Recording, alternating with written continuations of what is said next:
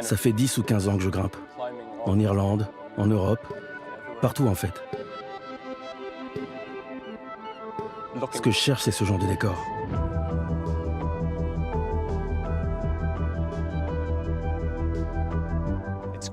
C'est calme. J'ai de la chance d'être ici, tout seul. La vue est parfaite, avec l'Atlantique juste devant.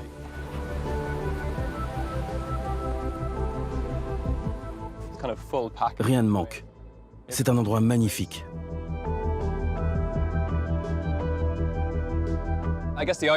Ces îles, elles me font encore plus aimer l'Irlande. Elles me rendent heureux en fait.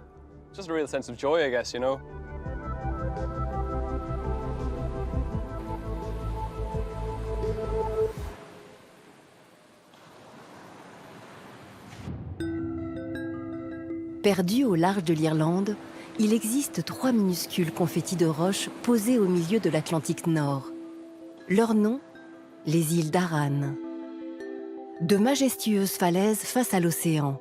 Baignées par les eaux, ces lambeaux de terre abritent un territoire minéral. Des plateaux rabotés sans aucun relief, quadrillés par des milliers de fissures. Une géométrie millimétrée de rectangles comme tracée à la règle.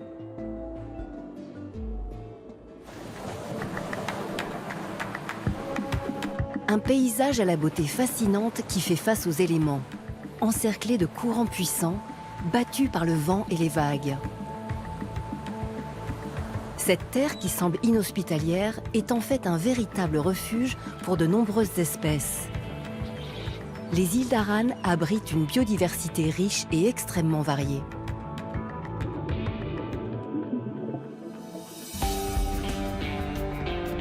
L'homme a lui aussi laissé son empreinte sur les îles.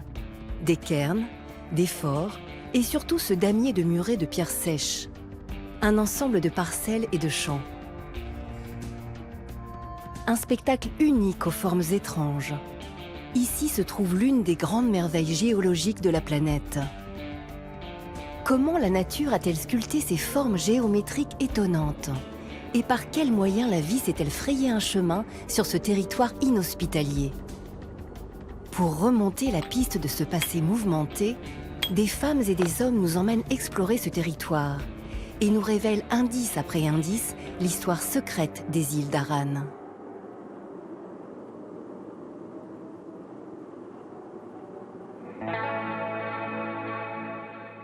À l'extrême ouest du pays, les 3 îles d'Arran sont alignées de la plus petite à la plus grande. Inisheer, Inishmaan et Inishmore. Elles s'étendent sur seulement 51 km². Un paysage spectaculaire qui intrigue. Difficile de croire que sur ce désert minéral où la roche affleure partout, 1 millier de personnes vivent ici toute l'année. Cyril Flaherty vit sur Inishmore, la plus grande des 3 îles. Comme tous les habitants, il possède un bout de cette terre. Une terre que les hommes ont dû façonner. Au fil des siècles, les habitants ont créé une sorte de paillage pour recouvrir le calcaire et capter l'eau nécessaire au développement d'une agriculture vivrière. Hey Dainty.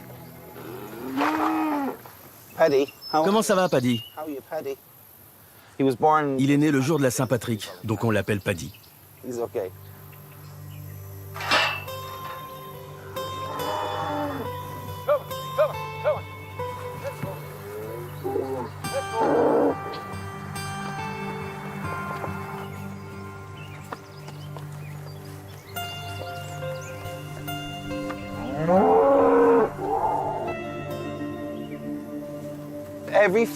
Chaque champ a un nom. Tous les champs que vous voyez ici, chacun d'eux. Celui-là, c'est Tipara. Ça veut dire le berger. Ce champ s'appelle donc le champ des bergers. Ils sont tous petits pour une seule et simple raison. Préserver et mieux gérer la terre. Ici, il faut absolument diversifier les cultures, faire des rotations. Cette année, j'ai fait du blé et de l'orge ici. J'ai des pommes de terre aussi. Et là, j'ai mes vaches. L'année prochaine, ce sera de l'orge là et du blé ici, et mes vaches ailleurs. Voilà pourquoi les champs sont si petits. C'est plus simple de jongler avec des petites parcelles.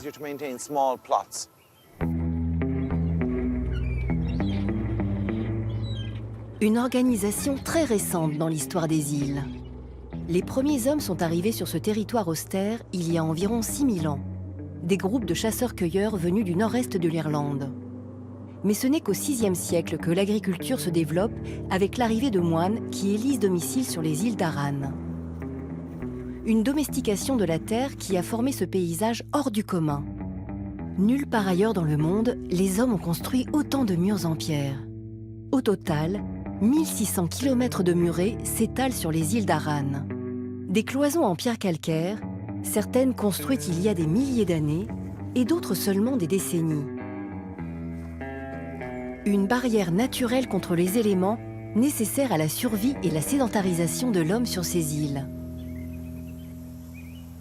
Ça sert à protéger les bêtes du vent, de la pluie, de la grêle. On ne garde pas les bêtes à l'intérieur, mais toujours dehors. Ces murets sont des remparts. Ils servent d'abri, car ici l'hiver peut être très rude.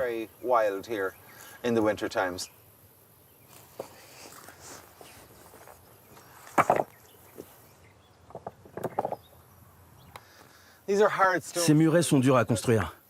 Il n'y a rien de régulier. Rien n'est droit. Il faut sans cesse bouger les pierres. C'est du travail. C'est comme un puzzle.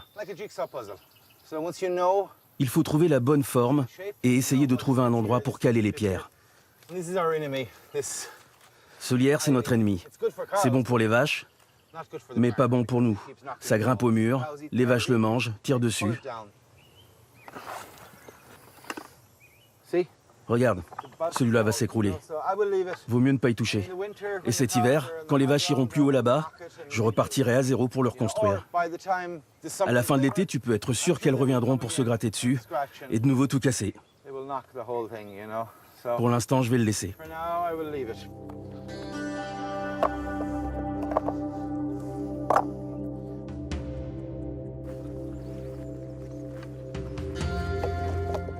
Je suis très fier de ma ferme, vous savez. Ça se transmet de génération en génération. Ça vient de mon père, de mon grand-père. On est là depuis le XIVe siècle. Ça commence à faire. C'est une grande fierté.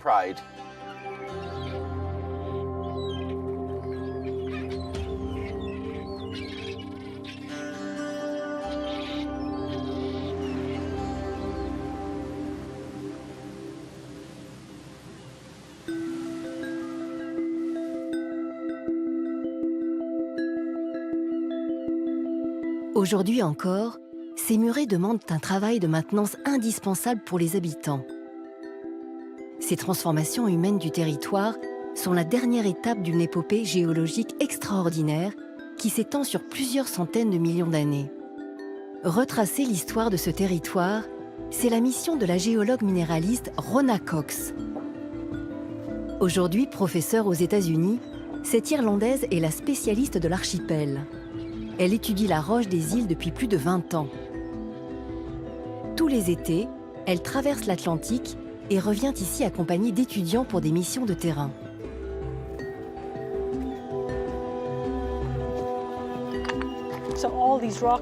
Toutes ces roches sont pleines de fossiles, de fragments d'animaux et de plantes qui vivaient dans un océan tropical, peu profond. Oh, regarde par ici, c'est génial. Regarde, toutes ces dalles.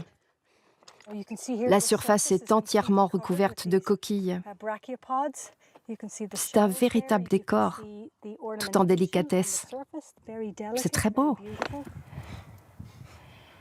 Ce genre d'animaux avec donc 2 coquilles. Imagine une palourde ou une huître. C'est exactement la même chose. Les 2 parties de la coquille s'imbriquaient l'une dans l'autre, comme ça. Et sur le flanc de la roche, on peut voir les 2 couches, les 2 coquilles imbriquées. Voici celle du haut et celle du bas. Plutôt cool, non? Des fossiles comme cimentés dans la roche. Voici les stigmates du premier chapitre de l'histoire géologique des îles d'Arran. Celle-ci commence il y a environ 345 millions d'années. À cette époque-là, la plaque continentale qui formera plus tard la Grande-Bretagne et l'Irlande se trouve alors au sud de l'équateur, et elle est recouverte d'une vaste mer chaude et peu profonde. Dans cet environnement tropical, les organismes marins prolifèrent notamment des coquillages et du zooplancton. À leur mort, leurs coquilles et autres débris organiques s'accumulent au fond de l'océan. Ce sont les premières briques de la formation des îles, car les squelettes sont composés de calcium. Au fil du temps, les dépôts organiques se solidifient et créent différentes couches qui se transforment en roches, le calcaire. Et il y a environ 290 millions d'années, sous l'effet des forces tectoniques, la zone se retrouve émergée. Un immense plateau calcaire voit le jour. Prémisse des futures îles d'Aran.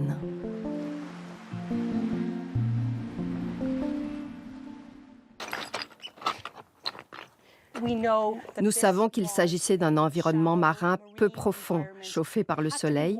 Les organismes vivants qui s'y trouvaient se développaient dans des eaux chaudes et peu profondes. Cet écosystème avait donc besoin du soleil et d'une mer calme. On voit bien qu'il n'y a pas de traces de mouvement de vagues ici. Les animaux qu'on y trouve sont dans la même position de leur naissance à leur mort. Ils grandissent et prolifèrent sur place. Imaginez donc un environnement très stable, comme les Caraïbes ou les Bahamas.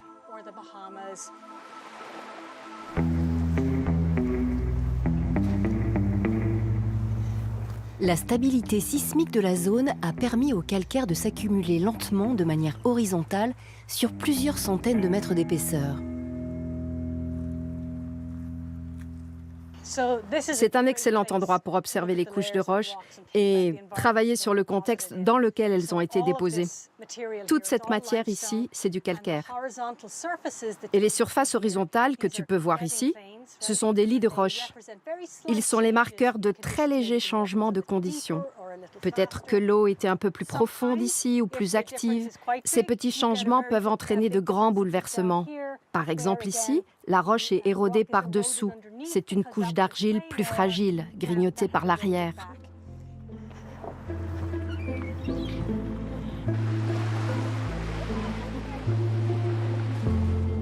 Un climat tropical et stable a créé cette terre unique, bien éloignée de la météo irlandaise que nous connaissons de nos jours. Même si aujourd'hui, le charme opère en cette belle après-midi d'été. Les paysages de calcaire formés il y a des centaines de millions d'années n'ont jamais cessé de se transformer.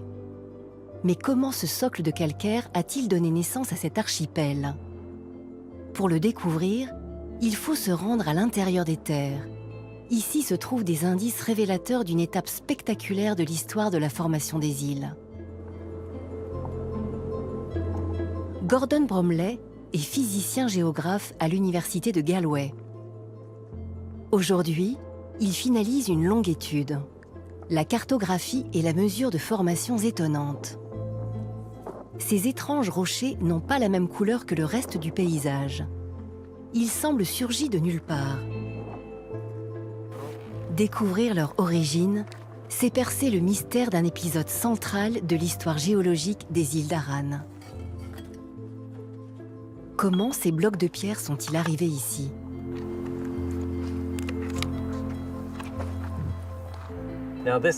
Là, on a un très bon exemple, vraiment très intéressant. Ici, le socle est en calcaire, comme dans toute l'île. Tout est en calcaire. Mais ce rocher n'est pas en calcaire, c'est du grès. Il s'agit d'un rocher glaciaire, dit erratique. Pour résumer, erratique signifie qu'il ne vient pas d'ici. Selon la légende, ici en Irlande, des géants se battaient à coups de rochers. C'était la guerre, et ils en jetaient un peu partout. Il y a peut-être un géant dans le Connemara qui a ramassé ce rocher et l'a jeté sur son adversaire, ici dans les îles d'Aran. Les géants ont peut-être disparu, mais le rocher est toujours là. Difficile à croire que des géants ont posé ça ici. D'un point de vue scientifique, l'hypothèse admise est que c'est la glace qui a fait ça. C'est un glacier qui a transporté des blocs comme celui-ci et bien d'autres sur des dizaines, voire sur des centaines de kilomètres. Quand la glace a fondu, elle a laissé les rochers derrière elle. Des glaciers dans cette région du monde. Voici le nouvel événement majeur de l'histoire des îles d'Aran. Leur action commence il y a environ 2,6 millions d'années. La planète vient alors d'entrer dans une ère glaciaire et une vaste calotte de glace recouvre une large partie de l'hémisphère nord. L'Irlande, elle, est ensevelie sous des kilomètres de glaciers. L'énorme masse gelée est dotée d'une puissance monumentale. En se déplaçant, les glaciers ont arraché tout ce qu'ils trouvaient sur leur passage, emportant avec eux d'énormes pierres loin de leur terre d'origine. C'est ainsi que sont arrivés ces blocs de granit dits erratiques, provenant de la région du Connemara, à une 50aine de kilomètres au nord.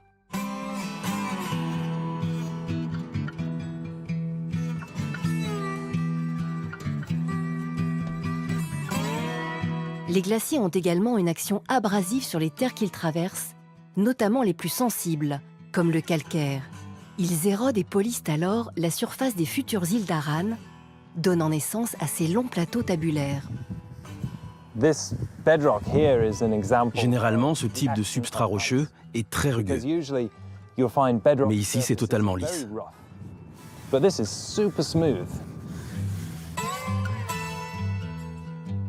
C'est pendant les dernières périodes glaciaires que ces paysages presque lunaires des îles d'Aran ont commencé à voir le jour.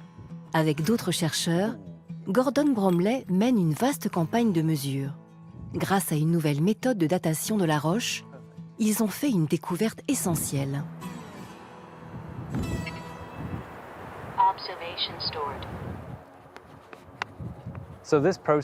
Cette méthode, c'est la datation par nucléides cosmogéniques. C'est un chronomètre naturel. La surface de la Terre est toujours bombardée par des radiations provenant de l'espace. Il y a donc la surface avec des rochers comme celui-ci, et là, c'est moi. Ce rayonnement qui vient de l'espace se déplace à la vitesse de la lumière. Ces rayons traversent mon corps, ils n'offrent aucune résistance, contrairement à la roche qui est très dense. Du coup, lorsque les particules touchent les rochers, elles ne les traversent pas complètement. Et ça provoque une mini-explosion à l'intérieur des minéraux qui composent la roche, et la plupart contiennent du quartz. Et c'est ce que je recherche. Car chaque fois qu'une particule cosmique frappe ce grain de quartz, elle produit cet isotope rare appelé beryllium-10. Et le beryllium-10 ne se forme qu'à partir de cette interaction avec le rayonnement cosmique. Par conséquent, si je peux mesurer la quantité de beryllium-10 accumulée dans cet échantillon que je viens de prélever, et si je connais la vitesse à laquelle il est produit à l'intérieur du quartz, alors je peux calculer exactement depuis combien de temps ce rocher est resté ici sur cette roche calcaire. Et parce que je suppose que c'est la calotte glaciaire qui l'a déposée ici, cela me dit quand elle a disparu et quand elle a fondu. Si cette roche se trouvait sous la glace, elle serait en fait protégée contre ce rayonnement. Il n'y aurait aucune interaction. Il n'y aurait pas de beryllium-10 produit ici. Ce n'est donc que lorsque la glace fond et dépose la roche que le chronomètre démarre. En étant sous la glace, les blocs erratiques ont été protégés contre les radiations. Avec cette nouvelle méthode, la quantité de beryllium-10 analysée permet de savoir précisément quand la dernière calotte glaciaire aurait disparu dans la région. Les résultats préliminaires sont formels. Le plancher calcaire s'est retrouvé libéré de la glace il y a 17 500 ans. Et c'est à ce moment-là qu'une autre étape essentielle de l'histoire des îles se produit, leur séparation du reste de l'Irlande. En s'écoulant vers la mer, les glaciers exploitent les faiblesses géologiques. Ils érodent le territoire, créant des plaines et creusant des vallées. La composition particulière du calcaire des îles d'Aran donne lieu à une érosion comme géométrique, donnant lieu à une formation quasi rectangulaire de ces plateaux tabulaires. Au moment du retrait glaciaire, avec la fonte des glaces, des quantités phénoménales d'eau douce sont venues s'ajouter aux océans du globe, faisant monter le niveau marin mondial de 120 mètres. Dans la région des futures îles d'Aran, l'eau remplit des vallées et seuls les planchers tabulaires restent hors de l'eau, et deviennent ainsi les 3 îles séparées du plateau voisin. Désormais isolées, les îles d'Aran sont une terre de refuge où l'on raconte des mythes et légendes. Certaines font référence à de magnifiques créatures, les Selkies.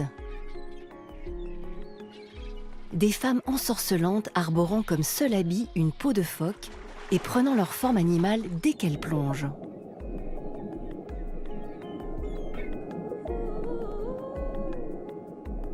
Un mythe raconte qu'un jour, un paysan aperçut une de ces sublimes créatures sur un rocher au milieu de l'eau et en tomba amoureux. Leurs enfants seraient ainsi les ancêtres des habitants des îles d'Aran. Aujourd'hui encore, plusieurs colonies de phoques sont réparties le long du littoral.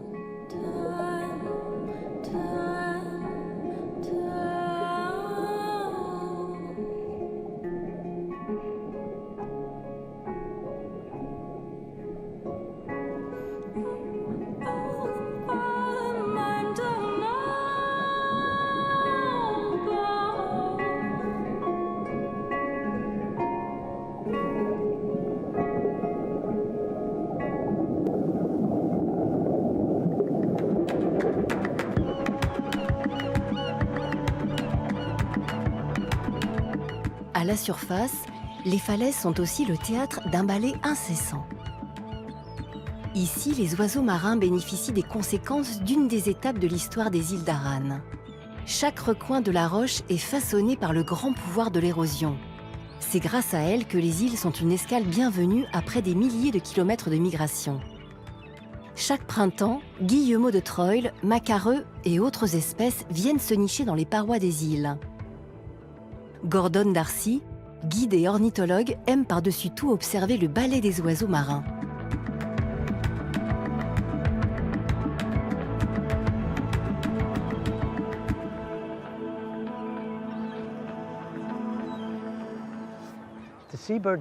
La densité de population des oiseaux de mer est très forte ici.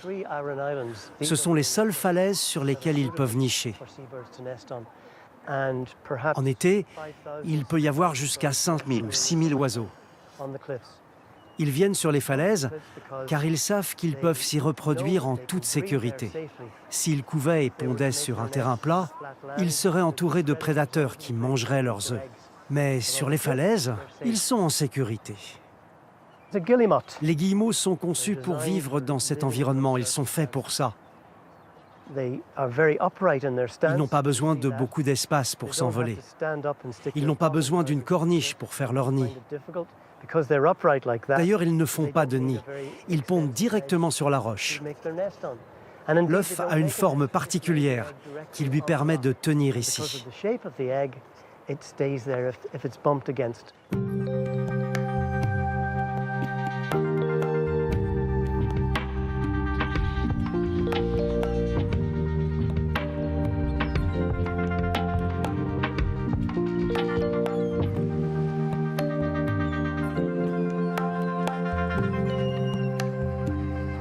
Le fulmar est un oiseau très intéressant. C'est un oiseau apparu récemment en Irlande, un nouveau venu qui est quand même arrivé dans les années 1900. On peut l'observer sur les falaises d'Islande, du Spitzberg et du nord de la Norvège. Lorsque les bateaux de pêche sont arrivés et ont commencé à pêcher dans ces eaux, les fulmars les ont suivis jusqu'en Irlande. Quand ils ont découvert ces falaises, pourquoi seraient-ils retournés à nouveau dans le froid vers le nord? Pourquoi ne seraient-ils pas restés ici? C'est ce qu'ils ont fait. Ils sont restés et nichent ici désormais. Et chaque fois qu'ils ont terminé leur cycle de nidification, ils repartent en mer.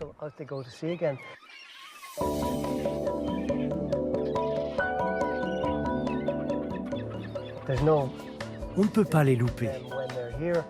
Vous entendez le bruit qu'ils font?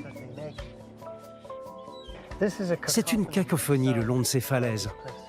On peut rester une journée entière à les écouter. Ou à les dessiner.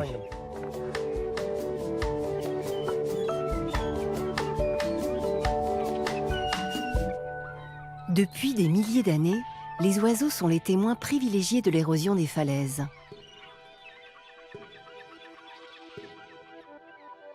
Au nid pour les oiseaux, s'ajoutent des géométries diverses. De grandes surfaces planes sont couvertes de fissures, des failles plus ou moins grandes dans la roche. Ces lignes droites tracées dans le calcaire sont aussi la marque d'un lent travail d'érosion.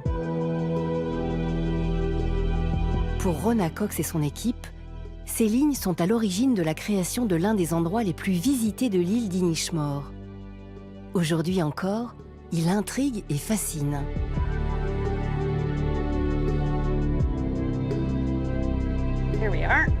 Nous y voilà. C'est pas génial?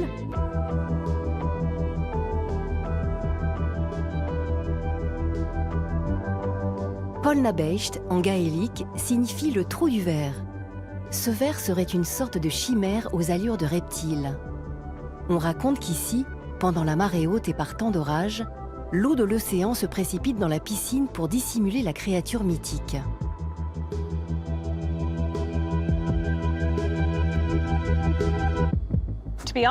Pour être honnête, la toute première fois que je l'ai vu en photo, je me suis dit, ça ne peut pas être naturel, c'est trop régulier. Et on me répondait, non, non, c'est le travail de la nature. Alors je suis venue voir de mes propres yeux. Et c'est vrai, c'est vraiment une sorte de gros trou. Il y a beaucoup de fissures sur la plateforme qui sont très très étroites et parallèles les unes aux autres. L'eau de pluie dissout la roche lentement et crée ce relief karstique, ce merveilleux décor en bord de mer.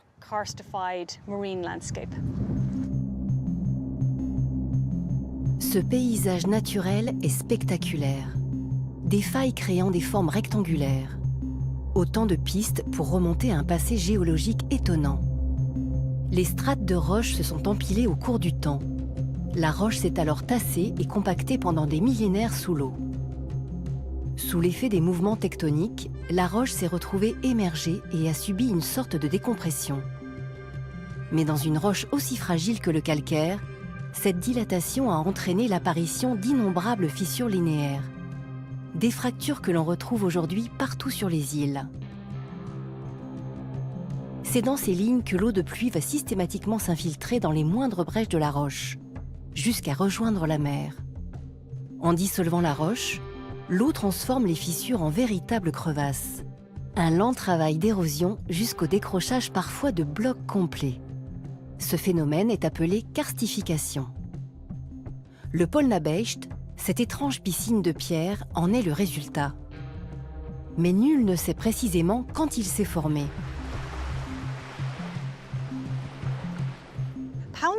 Le Polnabeist est probablement très récent. Je ne sais pas à quel point. Il n'est pas impossible qu'il n'ait que quelques centaines d'années.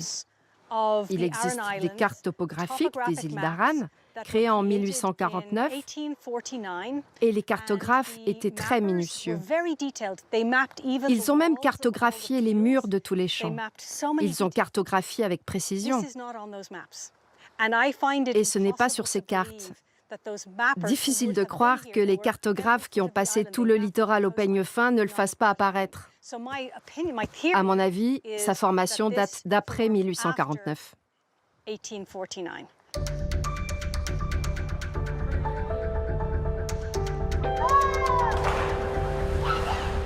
Un phénomène récent qui fait la joie des touristes, mais aussi de la végétation.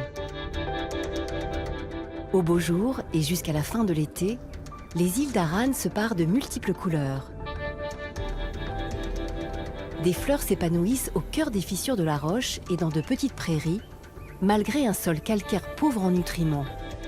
Une biodiversité insoupçonnée, riche et colorée. Amanda Brown, botaniste au ministère de l'Agriculture irlandais, vient chaque année à cette période compléter et affiner le recensement de la flore. Son but, établir un inventaire le plus complet possible, mais aussi mieux comprendre l'évolution de la flore au fil de l'histoire. Lorsque vous traversez ces prairies, il faut faire attention où vous posez les pieds. Il y a tellement de plantes, toutes différentes, tellement d'orchidées que vous ne les découvrez que quand vous êtes juste le nez au-dessus. La végétation ici est particulière. Il y a des espèces alpines venant de l'Arctique, comme celle-ci, ici. C'est une sorte de rose. On la trouve plus souvent dans les prairies et les régions arctiques du nord de l'Europe. C'est un exemple intéressant de ce que l'on peut trouver ici.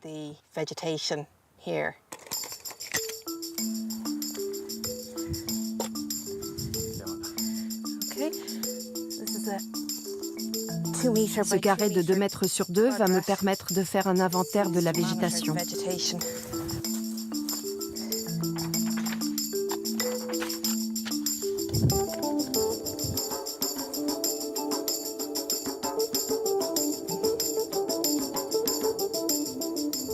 Il y a plus d'1 millier de plantes dans toute l'Irlande et plus de la moitié d'entre elles poussent sur les îles d'Arran. C'est une statistique incroyable, étant donné qu'il n'y a pas de forêt, ni de grandes montagnes, ni de zones humides, ni d'insectes sur l'île. Sur une zone de 4 mètres carrés, il y a près de 40 espèces végétales. Les scientifiques se demandent encore d'où viennent ces plantes. S'agit-il de plantes datant de l'ère glaciaire, apparues après la fonte des glaces? Il y avait peut-être des parcelles de terre qui n'étaient pas recouvertes de glace. Ces plantes auraient pu survivre ici. Elles ont peut-être été introduites par des oiseaux, ou peut-être même par l'homme. La question est toujours la même. Comment ces plantes sont arrivées ici?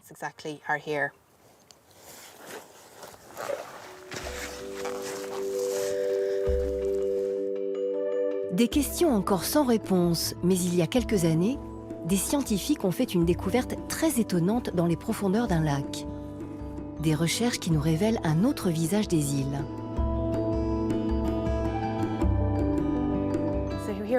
Nous sommes au bord du Loch Moor, sur Inisheer. C'est le seul lac des îles. Il a résolu le mystère de ce qui est arrivé à ce paysage au fil des ans. Et c'est grâce à l'analyse du pollen dans la boue qu'on a découvert qu'il y avait des arbres sur ces îles. C'est fascinant. Ces îles ont été façonnées pendant des milliers d'années par l'homme, par la nature, le temps. C'est incroyable. Et dire qu'à un moment donné, tout ça a été recouvert d'arbres. Les îles étaient recouvertes de forêts. De nombreux arbres fleurissaient sur la roche, qui s'était sans doute recouverte au fil des siècles d'un sol fertile. Mais pour subsister sur ces îles, les hommes ont déraciné les arbres pour cultiver. Un changement profond du paysage. Aujourd'hui encore, le paysage des îles est en constante mutation. Rona Cox, accompagnée de son frère photographe de paysage, sont là pour une raison précise. Déceler l'évolution actuelle du paysage. Pour cela, il utilise la photogrammétrie par drone. L'idée, photographier et cartographier au centimètre près le déplacement des rochers d'une année sur l'autre. Une façon de suivre les évolutions du paysage. Lâche. Merci. Et pendant qu'il est là, je vais lancer le programme. Ça y est, on est prêt à voler. Parfait.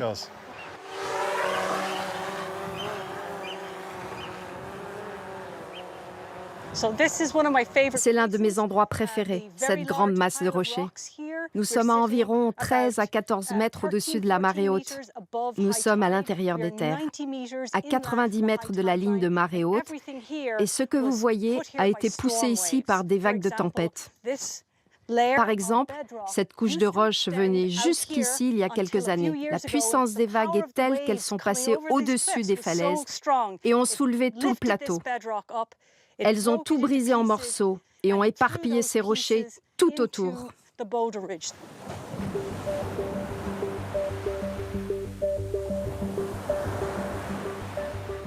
À quoi ça ressemble exactement? Imaginez le bruit de ces rochers qui bougent.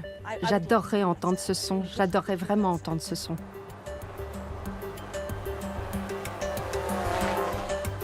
Grâce à cette technique, ils vont réaliser des cartographies 3D pour détailler précisément l'action de l'érosion sur les îles et plus particulièrement des tempêtes. Pendant les tempêtes, ce rocher a bougé. Il n'est pas allé très loin. Il s'est peut-être déplacé de 3 mètres, mais il a bougé. Il a été déplacé par les vagues. Il y a quelques années à peine, et c'est le plus gros rocher qui ait jamais été déplacé par les vagues pendant une tempête.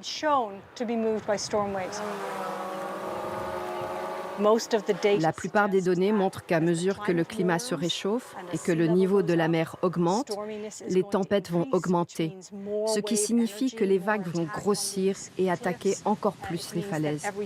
Chaque tempête aura un impact plus important et finira par atteindre l'intérieur des terres. Ces tempêtes impactent de plus en plus les côtes et il semblerait que c'est parti pour durer.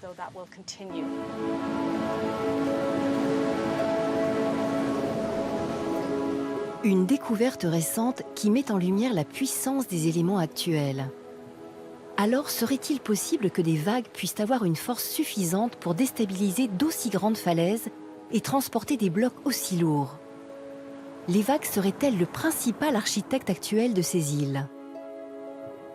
Le mouvement des blocs change constamment le paysage des îles d'Aran. Mais l'origine de ces déplacements reste à confirmer. Le projet High Waves tente de découvrir, grâce à des relevés météorologiques et des modélisations statistiques, le réel impact des tempêtes. Arnaud Dizan est ingénieur sur le projet. Il passe plusieurs mois par an sur les îles pour créer et maintenir les outils techniques pour récolter des données et mieux comprendre le fonctionnement des vagues. Jour de tempête, c'est assez impressionnant parce qu'on peut vite voir des vagues de 6 à 8 mètres. On en a eu tout l'hiver. Ce qui est curieux, c'est que depuis assez longtemps, on sait prédire la météo, mais on ne sait toujours pas prédire les vagues. Sur les îles d'Aran, les vents peuvent atteindre 200 km/h. Comment récolter des données en toute sécurité dans ces conditions? Arnaud tente de relever le défi en créant sans cesse de nouvelles installations. Des outils de mesure, comme ce pod, sont capables de résister aux tempêtes dantesques que subit l'île d'Inishmaan. On est là dans un endroit très exposé, puisqu'en fait on a l'Atlantique juste devant moi. Les vagues se forment, montent de plus en plus, et puis pour finir par arriver sur ces falaises, qui sont complètement dépouillées de toute végétation. Et donc le pod, lui, peut survivre un petit peu à ce genre de conditions très hostiles. Il est construit de telle manière que les vagues puissent se briser dessus sans offrir trop de résistance. On est encore en train de le tester, mais cet hiver, il sera positionné dans des endroits très exposés. Pour comprendre les vagues et leur impact, il faut aller là où elles se forment, en pleine mer. Aujourd'hui, le scientifique français doit déployer une bouée un peu spéciale. Elle récoltera des données sur les vagues pendant la plus intense des saisons, l'hiver. Une sortie préparée depuis des mois avec l'université de Dublin où chaque détail compte, notamment l'emplacement de la bouée. Ici, la passe de Grégory impose le respect avec des hauteurs de vagues pouvant atteindre 8 mètres. C'est très houleux dans le coin, c'est pour ça qu'on a décidé de venir s'y installer pour le projet High Wave, puisqu'on a tous les paramètres nécessaires pour avoir de la houle. On a des marées très fortes, on a également des courants, parce que là on est dans la passe de Grégory, donc il y a du courant, et on a du vent. Donc tous les ingrédients nécessaires pour faire de la houle.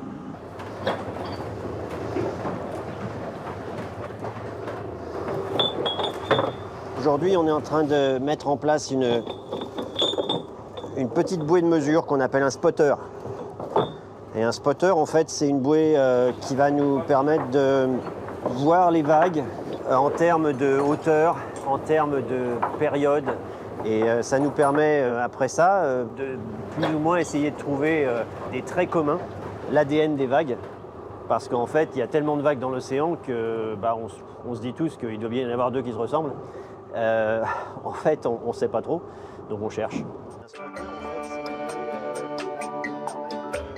Chaque information enregistrée viendra s'assembler dans un vaste puzzle qui révélera peut-être un jour le secret du fonctionnement des vagues. OK, ready? Off she goes. Mais les bouées ne sont qu'un élément de la chaîne. Il faut pouvoir récolter les informations. Pour ça, Arnaud a développé un réseau capable de relier les bouées posées en mer et de lire les données en temps réel. Quand on fait de la recherche comme ça en mer, le gros risque, c'est de laisser le data sur la bouée, parce que si la bouée coule, ben, on a perdu le data et la bouée. Donc il faut envoyer le data très très vite, c'est le plus important. Sur ce genre de projet, où on est relativement proche de la côte, on utilise donc un lien micro-ondes, et ça nous permet de transférer tout le data de notre bouée en temps réel. Et là, on est connecté, donc dans toute cette zone-là, on est connecté. L'équipe à Dublin a déjà vérifié et le data est transmis, donc c'est parfait, elle fonctionne. Donc c'est une très très bonne journée. Très bonne journée, vraiment.